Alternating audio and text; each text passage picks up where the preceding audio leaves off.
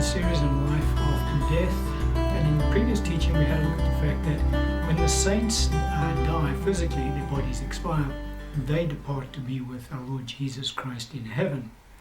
And so we want to have a look in the series as well as to briefly as to what heaven is actually like. Seems that all believers who die in Christ will end up going there. But the problem is that the Bible is actually very scant in its information that it imparts to us with regards to what heaven is like. And there's a reason for that. The main reason being is that heaven is not the domain of mankind. God never designed men to live in heaven. God designed mankind to live on the earth. And so the earth is our domain. Heaven is actually the domain of angels. And so that's where they dwell.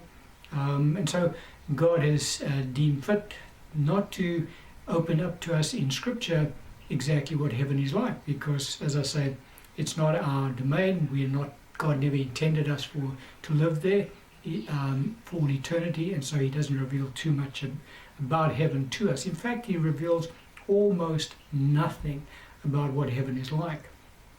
We do see a fair amount of detail as to what the new Jerusalem will be like, the new heavenly Jerusalem, which will be on the new earth that God will create. And we also see a fair amount of detail about what the new earth will be like. But as I say, we see almost no information at all given to us in Scripture about what heaven is like. But nevertheless, there is a bit of information that comes through, and we can glean from certain Scriptures what heaven is like currently for the believers who are with our Lord Jesus Christ at this point in time. Because don't forget, the saints that go to be with our Lord Jesus are not there for all eternity. They will return with Him one day when He does come back at His second coming, and thus we will dwell with our Lord on the earth for all eternity going forward. I understand that there's obviously the new earth that God the Father will create, but nevertheless, that is where we are destined ultimately to live. So, one of the points we want to discuss in today's teaching is the fact that the saints do not do any work in heaven. There's no agenda that they have to accomplish. Like here on the earth, we are called by God to perform good works, which He has prepared beforehand that we should walk in, and the book of Ephesians teaches us that truth. And so God does expect the saints on the earth to do certain works that He's prepared for them to do. However, once the saint dies physically and departs from this life to be with the Lord Jesus in heaven, well, then their works come to an end. And there are no more works that the saints do in heaven. Even prayer in the Scripture is referred to as laboring in prayer. The Apostle Paul talks about that. And so the saints actually don't even pray in heaven. There's a lot of things that we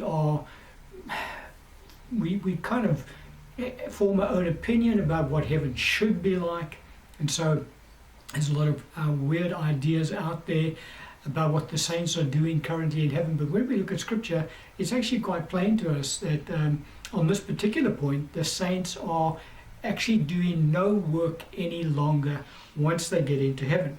And the passage of Scripture we can open up with is in Revelation chapter 14, verse 13. And this is God speaking.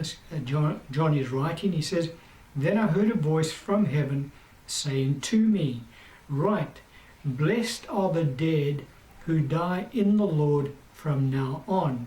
Yes, says the Spirit, that they may rest from their labors, and their works will follow them.'" And so very clearly, the Scripture tells us that the saints that depart to be with the Lord have rested from their labors. They no longer are doing any work. And their works, in fact, will follow them. Now, why does the Bible say that? It means that at the regeneration, on the day of judgment, that's when the works of the saints will be judged, and that's when we will all stand before our Lord Jesus to give an account for our lives as we acted out in this life, and we will then be rewarded accordingly for the works that we have done in this life. But the saints themselves currently who are in heaven are resting from their labors. There's no work that they are doing up there. Another passage of scripture that again reinforces the same truth to us is in Revelation chapter 6, verse 9 to 11. Again, John writing, he says, "When he opened the fifth seal, I saw under the altar the souls of those who had been slain for the word of God and for the testimony which they held. And they cried with a loud voice, saying, How long, O Lord, holy and true, until you judge and avenge our blood on those who dwell on the earth? Then a white robe was given to each of them, and was said to them that they should rest a little while longer, until both the number of their fellow servants and their brethren who were to be killed as they were was completed." And so there's a few points of truth that are revealed to us in this particular passage. One of them we see is that the Lord's martyrs, those who have given their lives for their testimony of our Lord Jesus Christ, are housed completely separately to the rest of the saints in heaven. For these saints are kept under the altar of God. That is their current location. Now that would be all saints from Abel, who was killed by Cain. He was martyred because of his righteousness, all the way through to the end of the age. Stephen is there, James is there, Paul is there. All of the 12 apostles of the Lamb, the only one, according to church tradition, that died of old age is the Apostle John. All of the other apostles of the Lamb were martyred for our Lord Jesus. And we also know from church tradition that the Apostle Paul was also martyred for the Lord Jesus. And so all of those apostles are in this location, under the altar of God. And they are resting there currently. Now, the scripture says that God said to them, they are to rest a little while longer, indicating that they've been at rest all the way up until now, and they will continue to rest in that location until such a time as the end of the age comes about.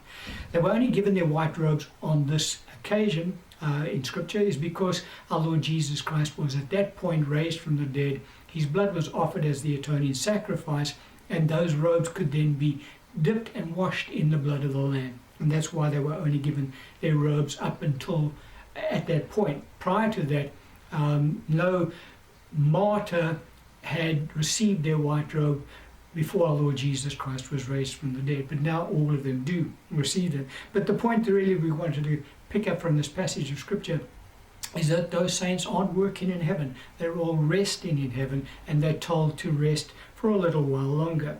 Another passage of scripture that again just confirms the same truth to us. So the Bible is actually very plain on this point.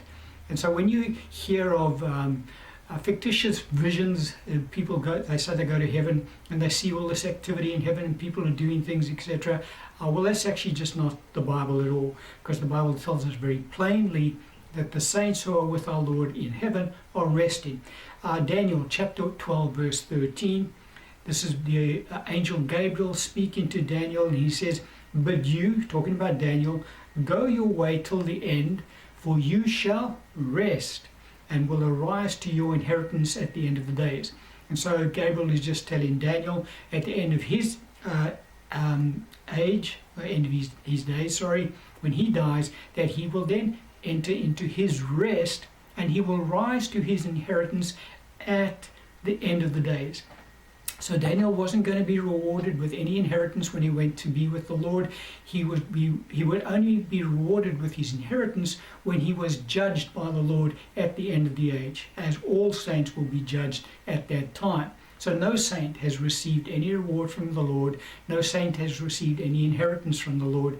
No saint has received any crowns or any thrones or dominion from the Lord, because no saint has yet been judged from the Lord.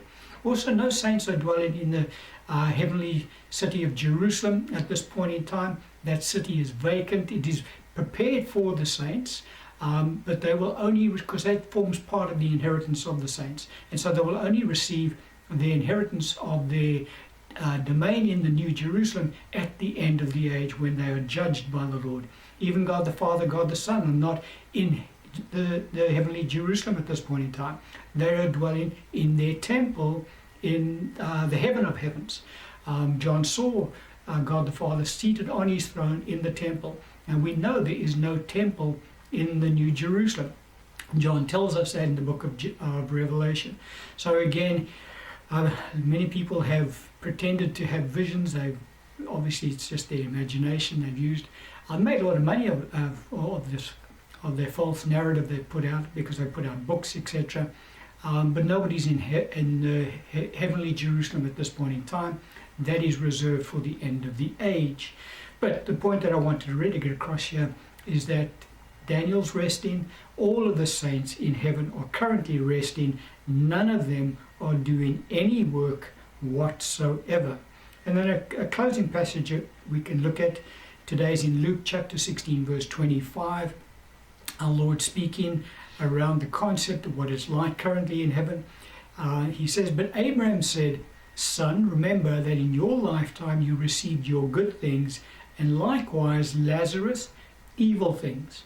But now he is comforted and you are tormented.'" In this passage of scripture, our Lord was talking about the contrast between the rich man who went down into Hades to suffer torment, and Lazarus, who was the beggar, and he was taken into Abraham's bosom. And our Lord tells us that while he was in Abraham's bosom, that he was being comforted, while the rich man was being tormented in Hades. Now I know that Abraham's bosom is not where heaven is currently, because Abraham's bosom was located under the earth. It was next to Hades. There was a great gulf fixed between the two locations, and the individuals in Abraham's bosom could see the torment of those who were suffering in Hades, and vice versa. But nevertheless, the environment in Abraham's bosom is exactly the same environment as where the saints are currently being housed in heaven. They're currently being housed in a location that our Lord termed as paradise. Well, you recall when our Lord was on the cross and that young man was crucified alongside of him, and he said, "Lord, remember me when you enter into your kingdom." And our Lord said to him, "This day you will be with me." Where? In paradise. And so that's where the saints are currently. The saints that were in Abraham's bosom, our Lord went down there after he was raised from the dead. He preached the gospel to them.